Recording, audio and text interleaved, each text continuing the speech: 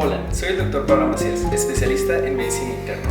En esta ocasión hablaremos sobre el socorrido pero controversial clonazepam. No olvide usted que este video es con fines de información y por lo tanto no es con fines de prescripción. Si usted desea obtener información sobre medicamentos y cómo usarlos, debe ser bajo la supervisión de un médico. Y finalmente, si usted es estudiante o profesional de la salud, este video está dirigido a pacientes. Pero al final del video podrá encontrar algunos consejos que le ayudarán a mejorar su práctica clínica, así que comencemos. El clonazepam pertenece a una familia de medicamentos llamados benzodiazepinas, que son depresores del sistema nervioso central y que de hecho ya son algo viejos. En 1949 fueron desarrollados y finalmente en la década de los 50, en 1955, empezaron a producirse de forma sintética para 2 años después empezar a ser comercializados. Se pusieron muy de moda en la década de los 60, donde se consumían de forma abierta y muy distribuida por el continente americano y el europeo. Y no fue hasta la década de 1980 cuando empezó a despertar preocupación en la comunidad médica sobre los efectos adictivos y nocivos de estas sustancias. No hay que olvidar que las benzodiazepinas son medicamentos cuyo efecto de acción es deprimir el sistema nervioso central. Estos funcionan haciendo uso de un receptor de una sustancia que nosotros llamamos de cariño GABA, que es el ácido gamma-aminobutírico.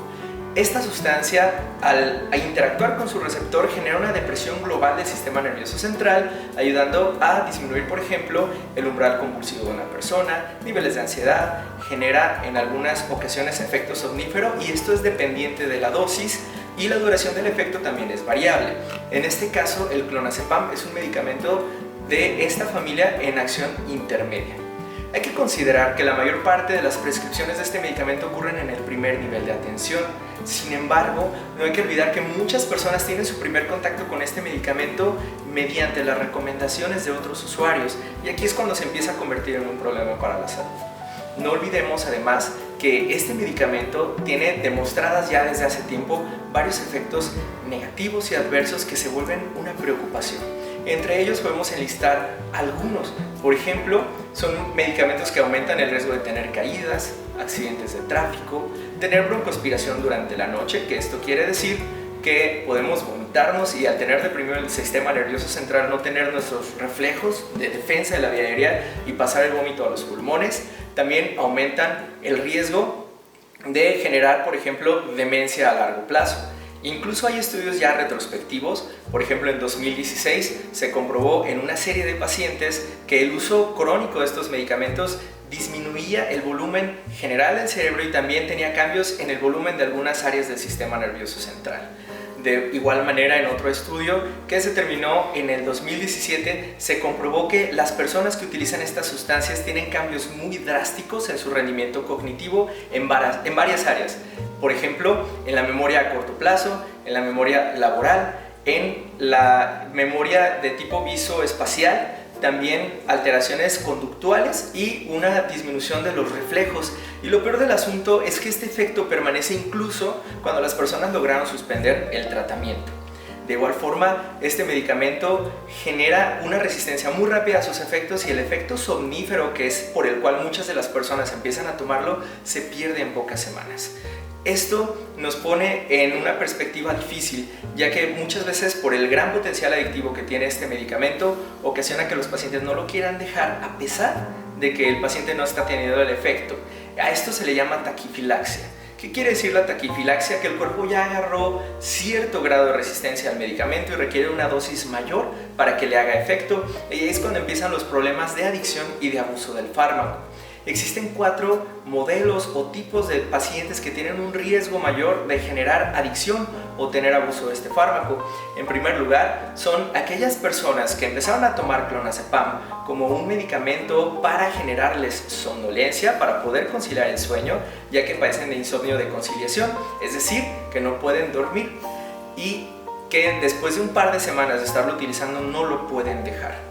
Otro tipo de pacientes que son un factor de riesgo, por decirlo de cierta forma, para tener abuso de este tipo de sustancias, son aquellas personas que tienen realmente una indicación médica para tomar el medicamento, pero que lo consumen a dosis mayores de las que fue prescrito. En tercer lugar, están aquellas personas que también consumen otras sustancias de abuso y mezclan con benzodiazepinas como el clonazepam para tener efectos diversos con las sustancias de adicción. Y finalmente, y el último, más peligroso y que generalmente es una mezcla de los cuatro, aquellas personas que utilizan el medicamento con la intención de tener los efectos tóxicos del medicamento. Aquellas personas, pues, que intentan suicidarse. Es muy importante considerar que tenemos muchas alternativas a estos medicamentos y desde hace ya mucho tiempo, hace más de 40 años, ya en algunos países existía la preocupación sobre el uso de estos medicamentos. Por ejemplo, en Alemania desde la década de los 80 se hizo una legislación por sus sistemas de salud en la que se prohíbe el uso de benzodiazepinas más allá de 4 semanas y se recomienda un tiempo de uso de estos medicamentos de 2 a 4 semanas debido a que ya desde entonces se conocían los efectos adversos de utilizar estos medicamentos y el gran potencial de adicción. Sin embargo, esto no solamente pasó en Alemania, sino en otras partes del mundo y seguimos prescribiendo estos medicamentos. Y aquí viene la pregunta muy curiosa. Existe mucha controversia, existe mucho ruido en la comunidad médica al respecto de los efectos adictivos y sobre los problemas de retirar estos medicamentos de los pacientes y sin embargo los seguimos prescribiendo. Esto es un problema muy grave.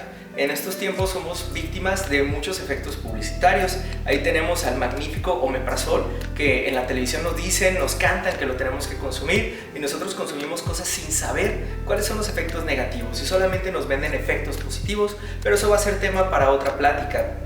Entonces nosotros tenemos que llevar una serie de cambios en nuestro estilo de vida que nos permitan llevar una vida más sana. Si usted es paciente, no olvide que el bienestar no se obtiene con medicamentos. El bienestar se obtiene cambiando nuestro estilo de vida, teniendo hábitos sanos, comiendo adecuadamente, haciendo ejercicio, fatigando la mente, fatigando el cuerpo.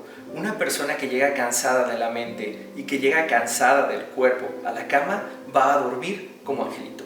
Una persona que llega sin haber fatigado su cuerpo y sin haber fatigado su mente va a recurrir a medicamentos para poder dormir.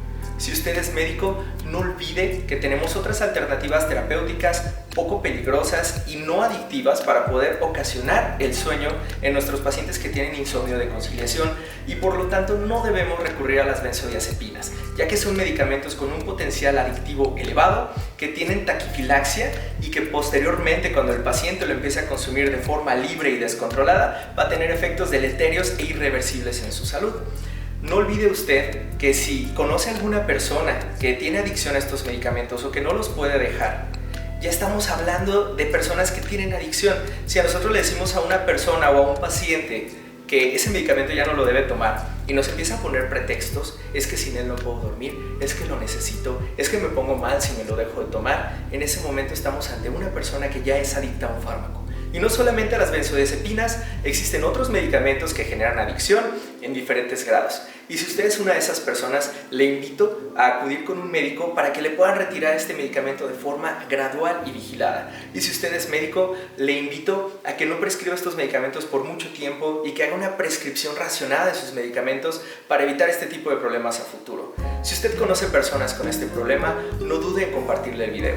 Y si esta información le sirvió, le agradecería mucho que me regale su like y que lo comparta. Hasta luego.